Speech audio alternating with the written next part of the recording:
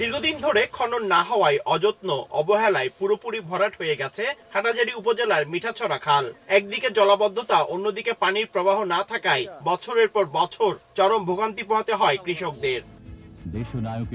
শহীদ president Ziaur Rahman 1979 সালে এই মিঠাছড়া খাল থেকেই চট্টগ্রামে খাল খনন কর্মসূচি শুরু করেছিলেন। তারই ধারাবাহিকতায় হাটাজারী সংসদ সদস্য হয়েই সবার প্রথমে খাল খনন কর্মসূচি হাতে নিয়েছেন পার্বত্য চট্টগ্রাম বিষয়ক প্রতিমন্ত্রী ব্যারিস্টার মীর মোহাম্মদ হেলাল উদ্দিন। খাদ্য গুদাম থেকে মাদারী খাল পর্যন্ত 5 কিলোমিটার পুরোপুরি ভরাট। উপজেলা প্রশাসন ও কৃষি উন্নয়ন কর্পোরেশনের যৌথ উদ্যোগে প্রথম পর্যায়ে 2 কিলোমিটার পর্যন্ত খাল খনন করা হবে। খাল খননের ফলে জলাবদ্ধতা যেমন কমবে, তেমনি সেচের পানির প্রাপ্যতা তৈরি হওয়ায় কৃষকরা উপকৃত হবে বলে জানান প্রশাসনের ঊর্ধ্বতন কর্মকর্তারা।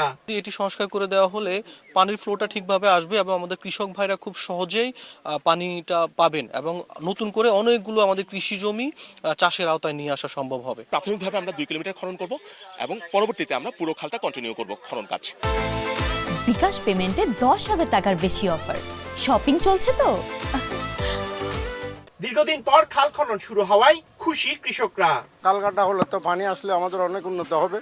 আমরা এখন পানির জন্য অনেক ইয়াতে আছি, অনেক সমস্যাতে আছি। ভবিষ্যতে বহুত ভালো হবে, আল্লাহ ভালো হইব, ফসল ভালো হইব।